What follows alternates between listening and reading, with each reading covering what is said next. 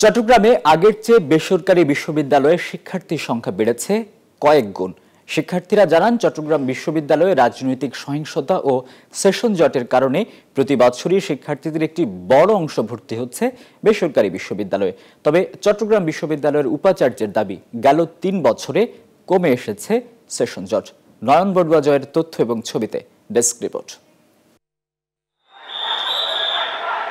গেল কয়েক বছরে সহিংসতার কারণে প্রায় বন্ধ ছিল চট্টগ্রাম বিশ্ববিদ্যালয়ের প্রশাসনিক কার্যক্রম। এ অবস্থায় সেশন জটের ফলে শিক্ষার্থীদের পড়াশোনা শেষ করতেই চলে যায় চাকরির বয়স। এমন প্রেক্ষাপটে শিক্ষার্থীদের আগ্রহ বেড়েছে বেসরকারি বিশ্ববিদ্যালয়ে।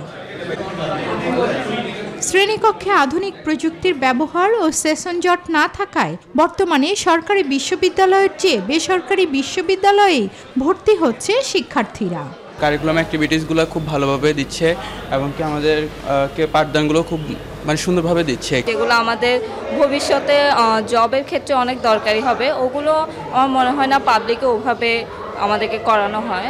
সনাতনী শিক্ষা কাঠামোর পরিবর্তে সময় উপযোগী সিলেবাস প্রণয়ন, স্কলারশিপ সুবিধা দিচ্ছে এসব প্রতিষ্ঠান। দক্ষ ও দায়িত্বশীল মানব সম্পদ গড়ে তুলতেও গুরুত্বপূর্ণ ভূমিকা পালন করার কথা বলছেন বিশ্ববিদ্যালয় কর্তৃপক্ষ। যথাসময় পরীক্ষা হয় এবং আমাদের শিক্ষকরা ক্লাস নেন, যে ক্লাস কোনো কামাই হয় না। তারা নিয়মিতভাবে সেমিস্টার করেন এবং সেমিস্টারের সমাপনান্তে পরীক্ষা নিয়ে নেন। এখানে কোনো ধরনের ছাড় দেওয়া হয় না। তবে চট্টগ্রাম বিশ্ববিদ্যালয়ের উপাচার্যের দাবি, বিশ্ববিদ্যালয়ে আগের মতো কোনো রাজনৈতিক সংঘাত না থাকায় সেশন জট কমে গেছে। 3.5 বছরে আমাদের যে অর্জন, সে অর্জনটা হচ্ছে 6.5 বছরে যে আমাদের সেশন জাম ছিল, আমরা সেই সেশন জামটা প্রায় শূন্যের কোঠায় নিয়ে এসেছি। বিগত 3.5 বছর আমরা একদিনের জন্য বিশ্ববিদ্যালয় বন্ধ করতে হয়নি।